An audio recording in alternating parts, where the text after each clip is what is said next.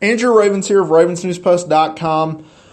So, it's Monday, March 7th, 2016. We are officially 2 days removed from the big UFC 196 pay-per-view event, which of course saw Conor McGregor get choked out by Nate Diaz in the second round.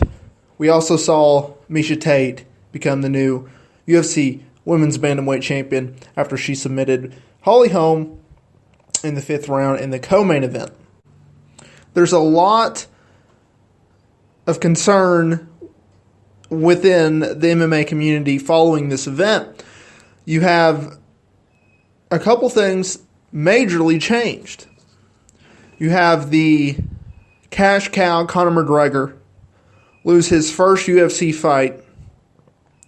The guy that brought in $8.1 million at the gate, that probably did over 1 million pay-per-view buys, who earned $1 million just in fighter salary. You have that guy lose,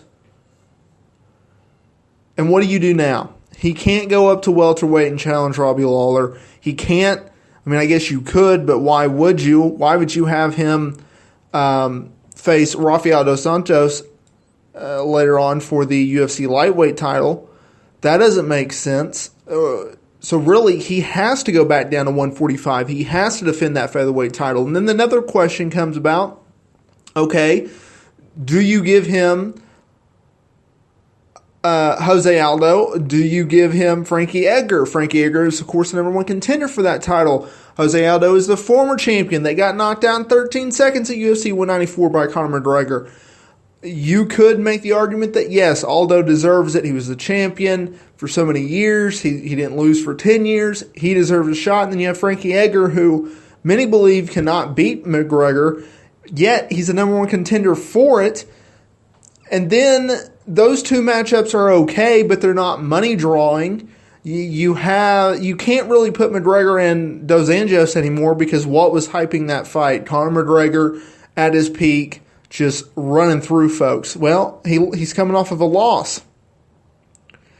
So there's a lot of things that are not situated with the UFC and Conor McGregor. Because, look, Ronda Rousey lost. She's a huge star, and then she will make a ton of money once she comes back. That's fine, but she's not around. And Conor McGregor honestly fights more often than Ronda Rousey does. And then you have in the women's bantamweight division, you have the woman who beat Ronda Rousey and Holly Holm. She lost. You could do Holm versus Rousey, but it's not going to mean as importantly. What if she beats Ronda, but then she can't go and beat Miesha? Or you could have Tate defend the title against Rousey at UFC 200 or whenever, and Ronda will. And take this from someone who picked Tate. Everyone thought that Holly Holm was going to run through Miesha Tate, and it didn't happen. And I picked Miesha Tate to win if she could take the fight to the ground. And you can go on the YouTube channel and not only listen to my argument going into that event, as well as the UFC 196 results. You can't really... It's a tricky situation.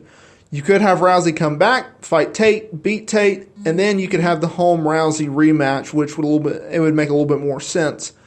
And here's another question. If Holm beats Rousey in the second fight, and then she goes and challenges Tate again, and she loses, then you're like, what the fuck? You really can't move forward. So they're in a very touchy situation. Now, this is not going to hurt the UFC's business majorly. It's going to hurt them a little bit. I do think if McGregor stays down at 145, gets a couple wins under his belt, then he'll be exactly right back where he was. If he loses his next fight, you may need to have some concern. A lot of touchy situations, a lot of touchy subjects coming out of UFC 196 and going into the future. I'm sure we'll learn more later this week, so make sure to check out, keep it locked down at ravensnewspost.com. I am Andrew Ravens. Have a nice day.